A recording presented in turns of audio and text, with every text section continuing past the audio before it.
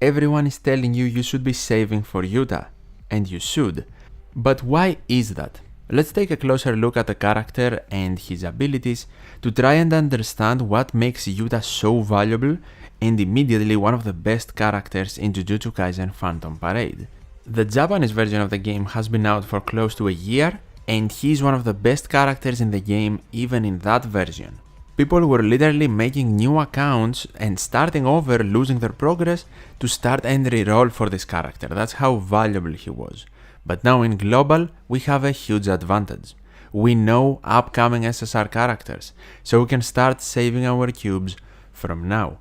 Let's see what Yuta is all about though. He's of course an SSR character. He will approximately be on Global in 20 days or so if we follow the Japan schedule closely. He's a red type character and his role is to be an attacker, but he also has some utility in his kit. He also has very good stats, and for his skill 1 he deals taijutsu damage to one enemy. With his skill 2 he deals jujutsu damage to all enemies, which is very good. He decreases all enemies' critical hit resistance on top of that for 2 turns. And depending on his jujutsu and enemies' remaining HP, he can even instantly kill an enemy. Not all of them, some enemies are excluded, but still a nice added bonus to his second skill that does damage to all enemies, and that is such a good addition to his kit. With his skill 3, he does combined taijutsu and jujutsu damage, and he can also apply 4 hits.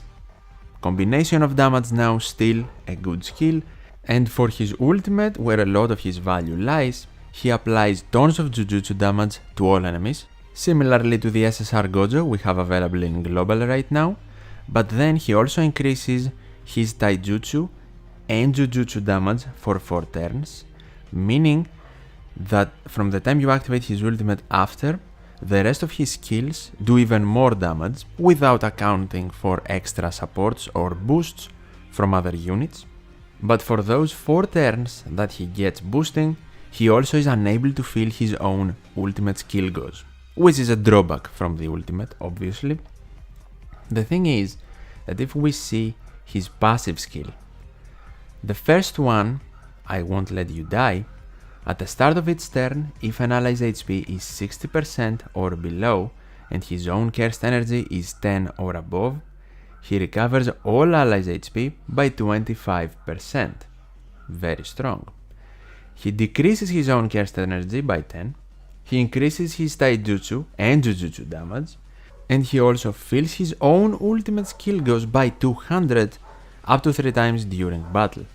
This passive is like 2 skills combined. He does so many different little things in his passive, and it is a very good one.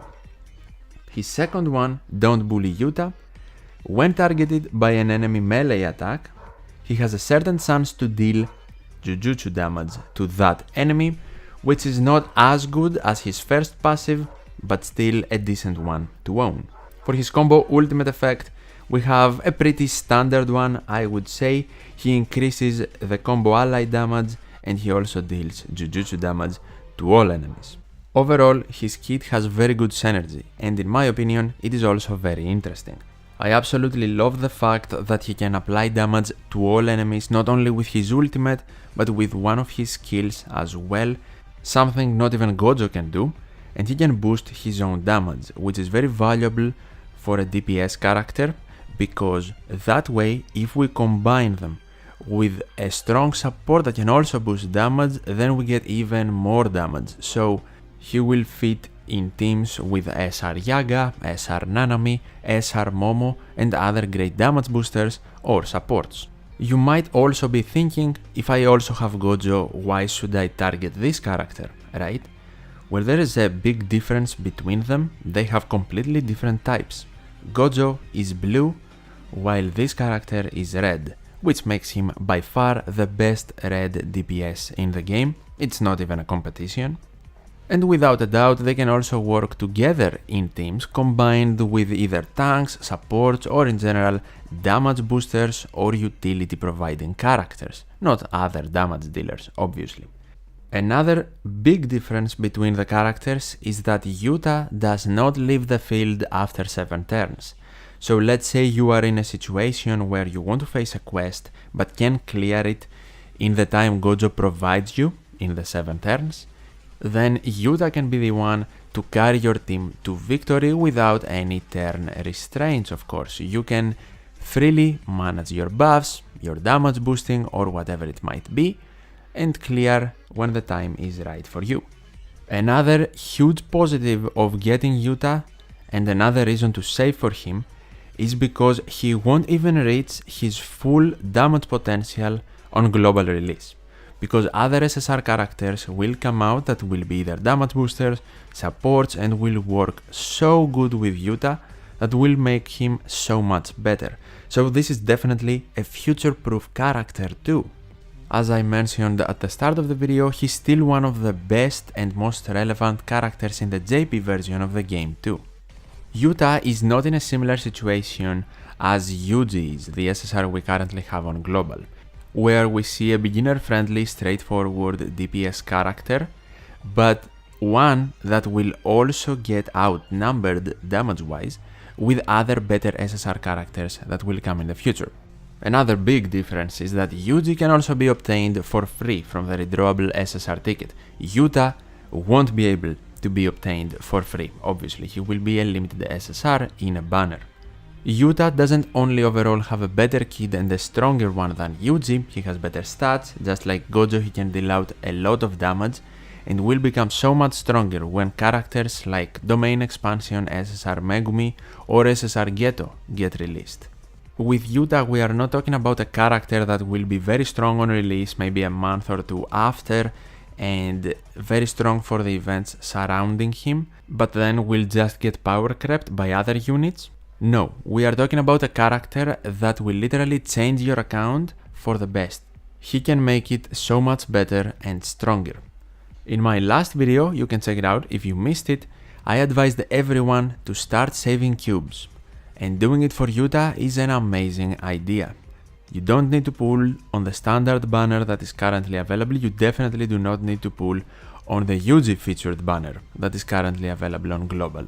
If you are wondering how are you going to save up cubes to spend for Yuta, then the number one rule is to stop pulling. And then also start taking advantage of the crazy good cube flow and accumulation we have currently on global, because of the global launch gifts, because of the pre-registration rewards, the early gacha rewards, the other Phantom Parade official website event rewards we can get, all of the early story cubes of course, event cubes, milestone cubes, whatever it might be. The accumulation of cubes right now is definitely way higher than it will be in a couple of months. And we are also going to get more gifts and rewards, and some Jujutsu Kaisen Movie Zero events with rewards when Yuta releases as well. But stop pulling, save your cubes to have the best chance of pulling Yuta, if that is what you want to do, because he is definitely a very strong character. That is everything for the video though, that is all the advice I had to give you for now, hopefully it helped you out. If it did and you enjoyed the video, leave a like, I would really appreciate it, share your thoughts in the comments down below, and subscribe for more Jujutsu Kaisen Phantom Parade content. As always, thank you so much for watching, take care, and I'll see you in the next one.